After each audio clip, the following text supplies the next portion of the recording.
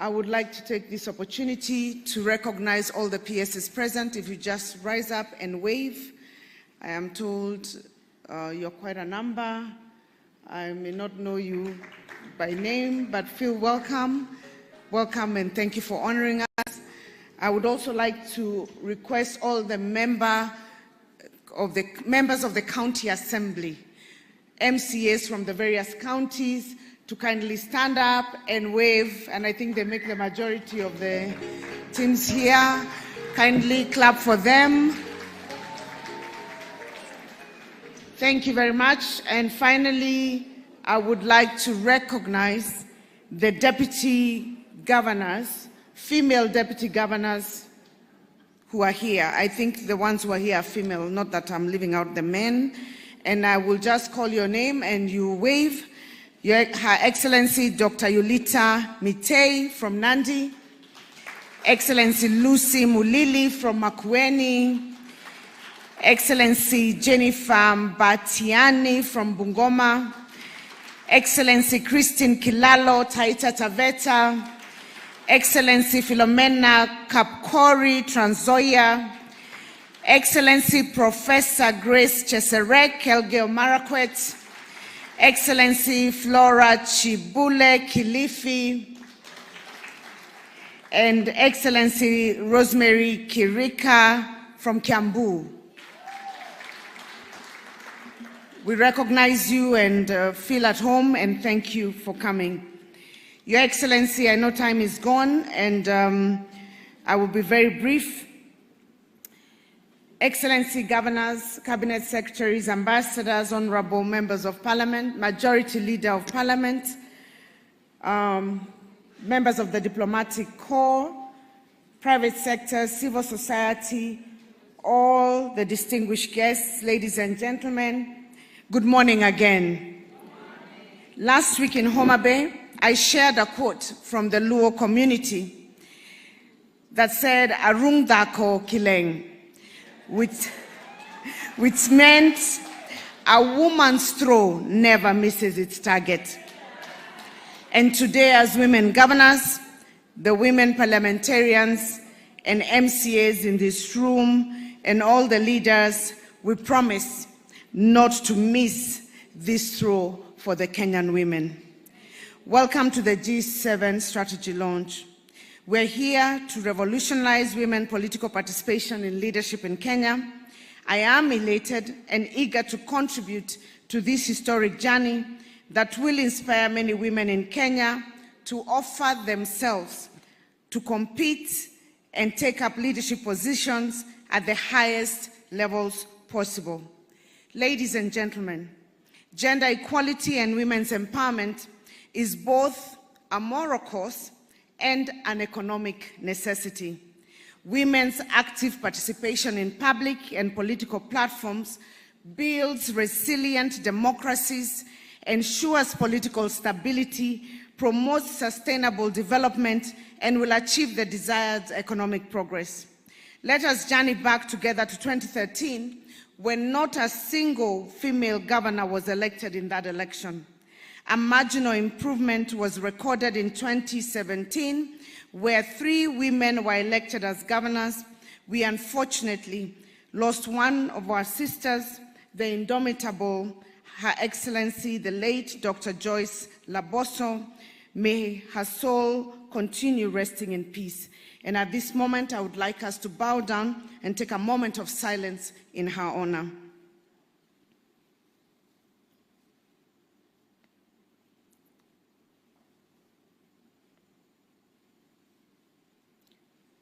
Thank you. Today, the G7 reflects progress in women's political leadership as CEOs of county governments. Ladies and gentlemen, the G7 strategy is designed to accelerate equal and inclusive representation in decision-making and to model efficiency and accountable governance, as my colleagues have said.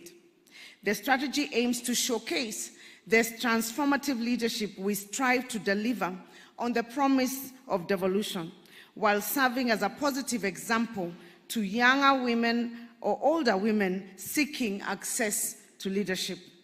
The strategy also embodies the values of collaboration. I'm sure you have seen, when you look at us, you can tell that we are friends. We meet, even when we are not at work. We share. I saw some people looking very shocked when they heard that some of us cry. Sometimes it gets very tough because we balance both family, we balance personal lives, and we also have to do official work. We pull together collaboration.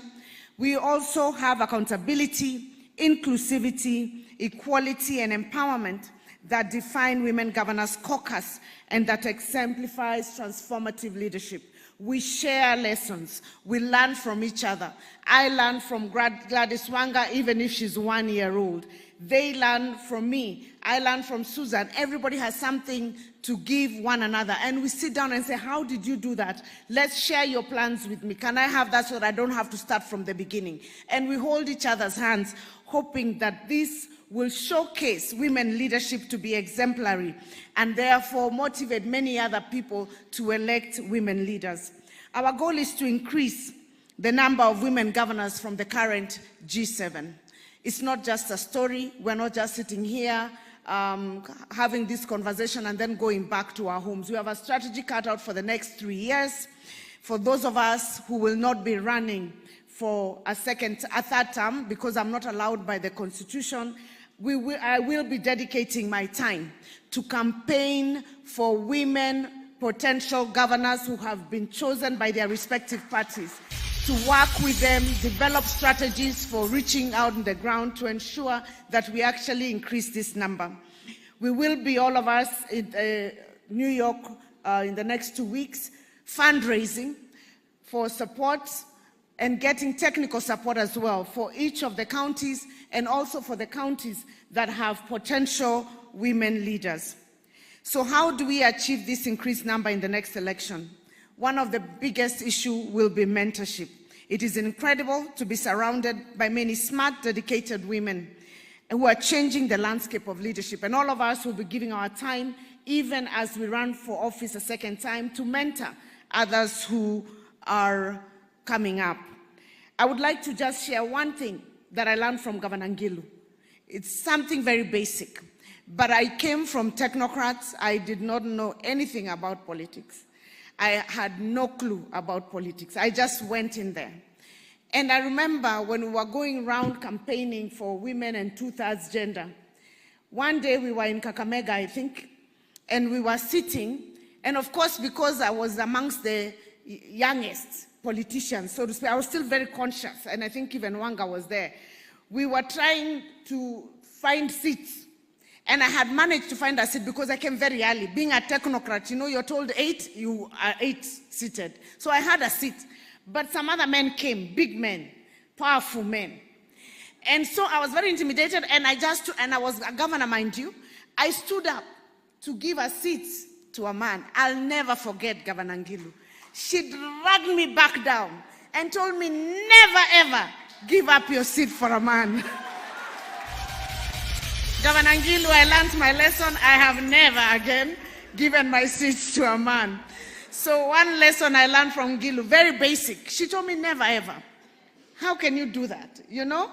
And I realized I'm a leader, an equal leader, just like the rest of them. But because they make you feel they've come with a lot of support, you know, we don't come like the women do, at least none of us do that. We don't have like 7, 8 bodyguards pushing everybody around. If you come, I don't use a front car. Is it called a lead car and sirens? And I don't think any of the women governors do those things. So it's very easily that when the others who come, can easily intimidate you, even when you're at peer level. But we are saying we want to show a different kind of leadership. We want to show a leadership that has an impact on the ground. We want to show why devolution actually happened, that women can lead and can deliver. And this is not a threat to the men. For me, who is the chair of the council, they know I beseech the second-term governors, please, second-term governors, support women candidates, because you're not running again. And there are women candidates who can make it in every county, we believe. It is our duty to encourage more women to aspire to political leadership, and not just political leadership, as Governor Sakaja has said, but also leadership in general. We will be localizing this strategy, starting with the 7 counties. We are going down, and also now the counties which have women deputy governors kindly volunteer to work on localization, and where we have women potential. Your Excellency, I personally am looking forward to the day, and my colleagues know this. I'm looking forward to the day, Your Excellency, I will say like Sakaja after your term, that this country will have more than 1, maybe 2 women or 3 women presidential candidates competing against each other. Inawezekana haiwezekani? Inawezekana haiwezekani? Amongst these women here, they come from different political parties. Why not? Men compete against each other. We saw President William Samoei Ruto competing with another in not so long a time in the future. We are hoping that from G7 to G24 to even higher, not just deputy, prime minister, but presidents, there will be a time, like one country I know in Europe, where this issue of handshake will be between Governor Ngilu, it will be between women leaders. A presidential candidate woman who has won in Kenya, and a leader of opposition who's a woman who lost. And it can happen in Kenya. But we have to see it, we have to believe it. And we're not saying it because women are just women. We're saying it because any woman who has aspired and has risen to the position of governor or leadership in the National Assembly, that woman can aspire to lead this country. We don't know where that will come from, but it is my belief, and I look forward to a day when that will happen. And I will say like Sakaja, I support my president, yake ni 10 straight. Hiyo tulisema. Si ndio? Lakini tumemwambia akitoka tu hivi, hatumpati promise ya mtu mwingine. Tutakutana kule, kina mama watakuwa wamejipanga sawa sawa. Your Excellency, wamama hai, wamama mpo, mnaweza ya mwezi, mtajipanga ama mtajipanga? Tunaambia President William Ruto 10 straight, si ndio? Hiyo hatuongei. Lakini tukitoka tu hivi, Your Excellency, tafadhali hivyo umetushikilia mkono, we are looking up to you. We are hoping that up there shall be competition. Many of these women will present themselves, and may the best woman at that time win. Your Excellency, ladies and gentlemen, as I conclude, I leave you with the contemplative words of trailblazer Margaret Mead. She said this. She said, "Never doubt that a small group of thoughtful, committed citizens can change the world. Never doubt. Indeed, it's the only thing that ever has changed the world." So never doubt that a small group of 7 women governors who are thoughtful, committed, capable, inspired, dedicated, intelligent, beautiful, hardworking, and an example and role model to many, never doubt that those 7 female governors can change the Republic of Kenya and indeed the world. As you've heard, indeed, it's the only thing that ever has. May those who participate in the advancement of women in leadership agenda and the G7 members transform this nation. Asanteni sana.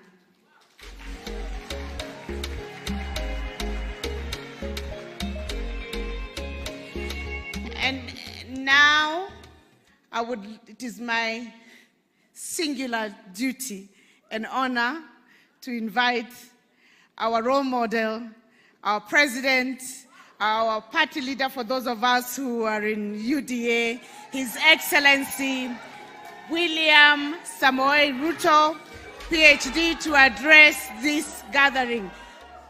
Tumkaribishe na makofi tafadhali.